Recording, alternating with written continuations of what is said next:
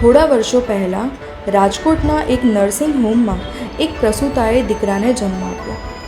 પરિવારમાં નવા સભ્યનું આગમન થયું એટલે દાદીએ ફોન જોડીને દાદાજીને આ ખુશખબર આપ્યા. દાદા પણ પૌત્ર જન્મના સમાચાર મળતા ખૂબ આનંદિત થયા. થોડી વારમાં બાળકના દાદીએ ફરીથી દાદાને ફોન કર્યો. આ વખતે દાદીનો અવાજ ખૂબ ભારે હતો.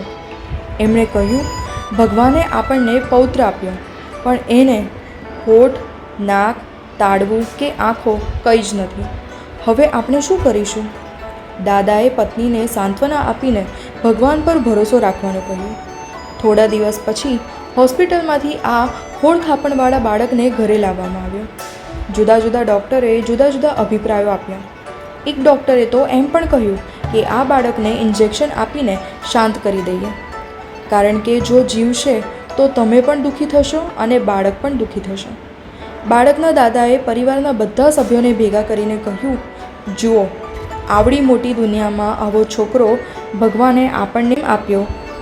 ભગવાનને આપણા પર કેટલો મોટો વિશ્વાસ હશે કે હું આ છોકરાને જે ઘરે મોકલું છું ત્યાં બધા એને સાચવશે. ભગવાને આપણા પરિવાર પર મૂકેલા વિશ્વાસને આપણે તૂટવા નથી દેવો. આપણે બધા સભ્યો એની થોડી થોડી જવાબદારી વહેંચી લઈએ અને એને મોટો કરીએ.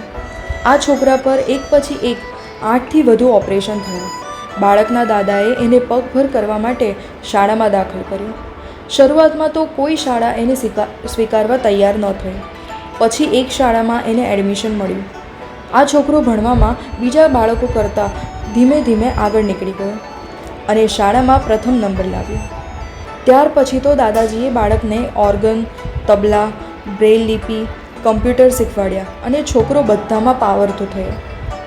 દાદાને ઈચ્છા કે પૌત્ર સારો ગાયક બને, એટલે એને ગાયકીના વર્ગોમાં મોકલવાની પણ શરૂઆત કરી.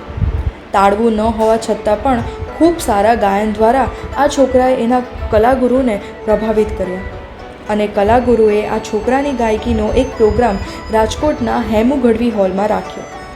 ઊભા રહેવાની પણ જગ્યા ન મળે એવી જનમેદની વચ્ચે એકથી એક ચઢિયાતા ગીતો ગાઈને એણે બધાના દિલ જીતી લીધા. આ છોકરાનું નામ છે ઉત્તમ મારુ અને એને તૈયાર કરનાર એના દાદાજી કુંવરજીભાઈ મારુ.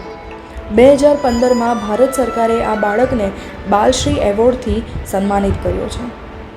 મિત્રો, તમારા સંતાનને ક્યારેય સામાન્ય નહીં સમજતા. જો તમે એને યોગ્ય વાતાવરણ પૂરું પાડો તો એ ખીલ્યા વગર રહે જ નહીં.